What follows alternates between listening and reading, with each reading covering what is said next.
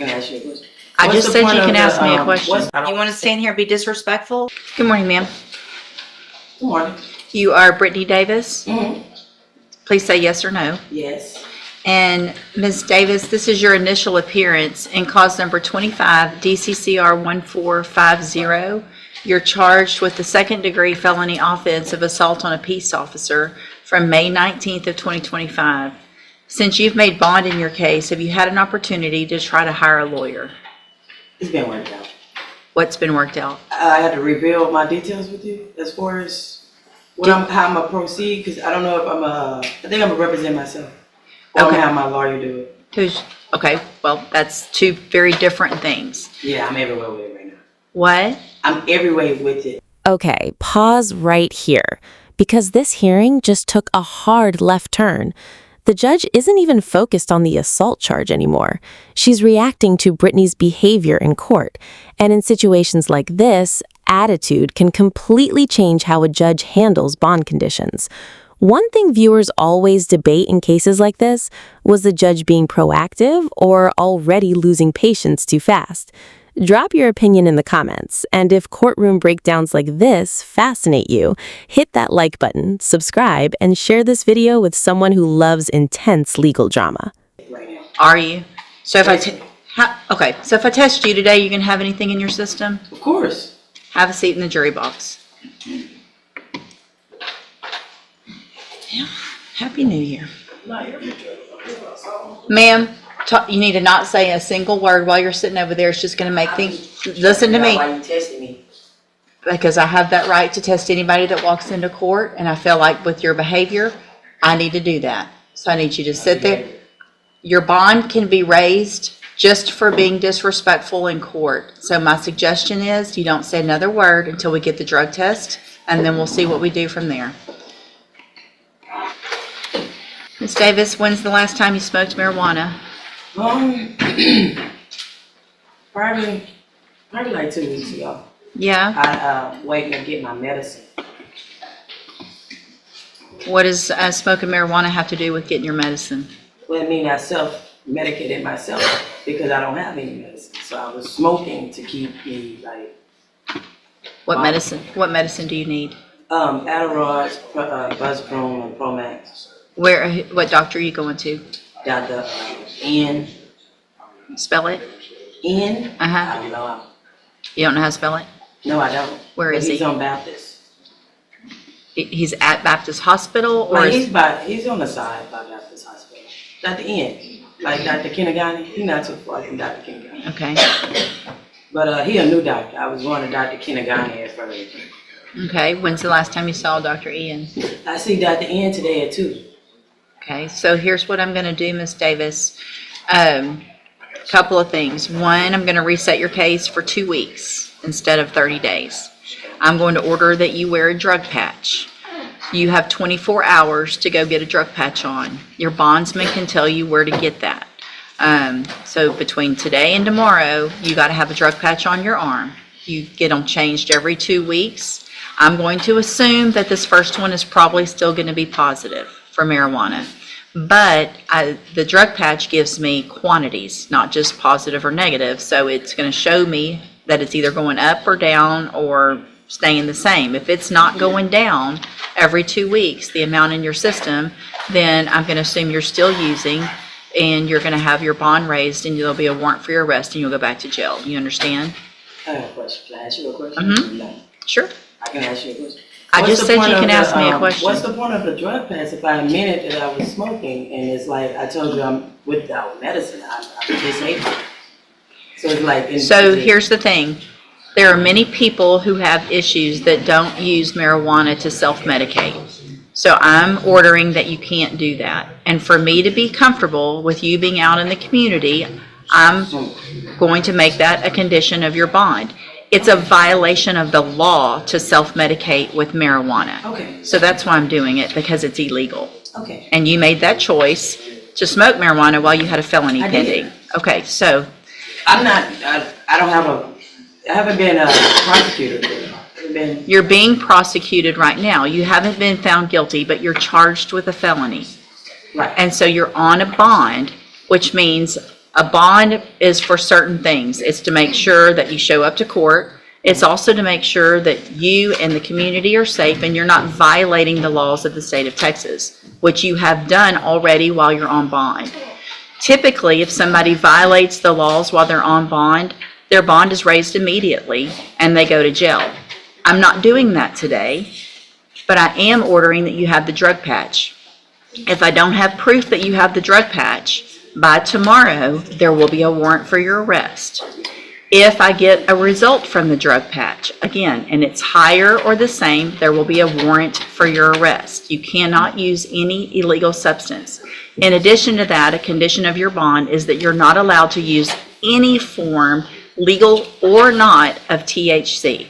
So there's no trying to go get something that's going to still test positive, but it's legal in Delta 8 or 9 or all the things that whatever's out there. So you can't use anything that's going to test positive for it. You understand? You understand what I'm saying? I need you to answer yes or no so it's on the record. Yes. Thank you. So in the meantime, also, you need to try to hire a lawyer. And so your reset between now and 2 weeks, it's not a very long one, but I want to make sure you start attempting to hire a lawyer. If you get someone hired before the next court date, bring the reset notice that you get today to that lawyer and they'll tell you what to do, okay? Yes. If you're unable to hire a lawyer before the next court date, then I'm ordering you to visit with at least 3 lawyers. They all charge different amounts, you have different payment plans. Bring me back the names of the lawyers you've talked to so I know you're trying, and then we'll discuss your options. Also, when you come back, please bring me proof of your visit with your doctor this afternoon, okay? So get something from your doctor from today's date when you come back so that I know that you're actually going, It okay? depends on how much they're gonna charge me for I don't have Medicaid, so. But you have an appointment? Yeah, I Okay. made the appointment, but I'm saying I don't have insurance, so Okay. I don't know what the charge is gonna be. Like, this is my first time going through it. Perfect. That's fine. I understand that. But just to get something that says you Okay. were there. Okay? So if it doesn't work out and you can't see them, there are some other places you can go if you need something to get the help you need. If you talk to your bondsman, if you want to talk after court, somebody can let you know some other resources. Okay? Okay. All right. Step in front of the clerk. She's going to give you your reset notice. It's actually going to Good be. morning, ma'am. Are you Britney Davis? Yes. And Miss Davis, did you get someone hired? No, it's kind of expensive, but Who'd really you- expensive. I'm not even working right now. But Who- I went through Who'd you talk to? the legal aid. I put in an application for legal aid. Okay. It's a place that help you get a lawyer, but they say it could take 6 months to a year. So Okay. So did you talk to any other lawyers like I told you to? the first 3 that I talked to, wow, I talked to like probably 8 of them. But the lowest there goes like 2,000 to start off. Do you have the names of the lawyers that I asked you that you talked to? You asked me that last time. I was on. Right, and then I reset you to talk to them more or get Mhm. someone hired. So I did you talked to talk? Brenshaw. I talked. To I who? can't remember their name. Brenshaw. There's one that's brothers. Why wouldn't you write that down and bring it? I wasn't expecting that I had to. So it looks like you weren't what? I wasn't expecting that I had to. So if you're okay. If I tell you to go talk to some lawyers and bring me the names of the lawyers you've talked to, and you don't think you can remember them, then I would think just common sense would tell you to write them down so that you could tell me that you did what I ordered you to do so that you wouldn't go back to jail, right? I did do what you ordered me to do. Okay, The so first time. I ordered you to bring back the names as well, not just talk to them, but bring back who you talked to so that I know who you talked to and that you're doing what I asked you to do, right? Right? The cheapest ones that I've given you the last time I was here is the main ones that I was looking into. Okay. But when you left last time, I gave you specific instructions, Okay. right? Right. Okay. So are you wearing your drug patch? Yes, ma'am. So it looks like back on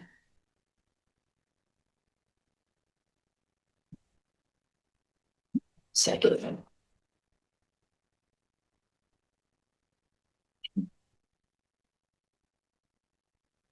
So you tested positive since you've had that drug patch on for methamphetamine. What is that? What does that mean? I don't. But what with the patch? Mm-hmm. Looks like you tested positive for methamphetamine, and cocaine. Uh, Hold on. Let me print it out so I can read it better.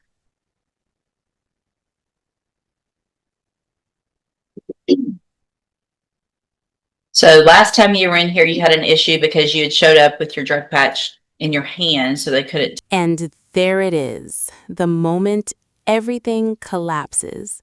The positive methamphetamine and cocaine results completely changed the judge's view of the case, and you can actually hear the patients disappear in real time. Raising the bond to $100,000 wasn't just punishment.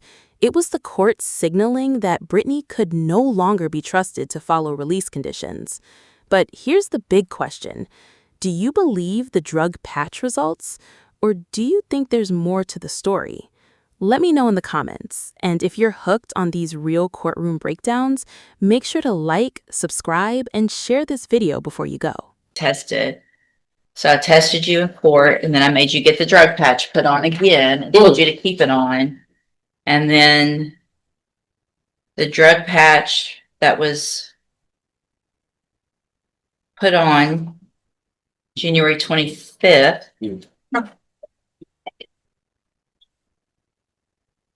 Which was the day before that court date. So you had one on, you had taken it in, you put it on, tested positive for methamphetamine and cocaine. Have a seat in the jury box. I'm going to have you tested this morning, and then I'll decide what to do.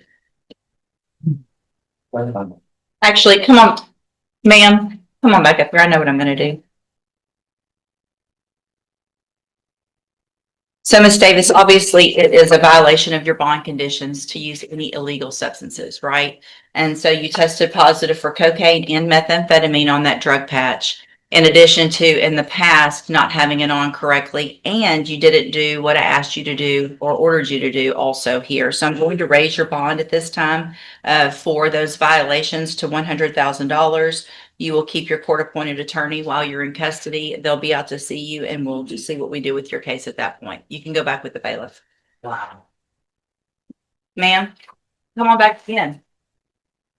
Oh, you want an example out of it? I see. I'll make an example out of I mean, anybody. I don't Hang see on. how you so. You want to stand here? You don't want. You want to stand here and be disrespectful? No, I I just will want make you an to example. understand my situation. Like, I don't care what your I'm not making situation. no excuses. Okay. I take accountability. Right. So you tested positive for methamphetamine and cocaine. I don't know how to patch work, ma'am. I haven't been doing any drugs. Well, you did something. I don't know if that's like the patch pick up sweat. I don't know if that's like after the process or what, but I haven't been doing anything. All right. Go back with the bailiff.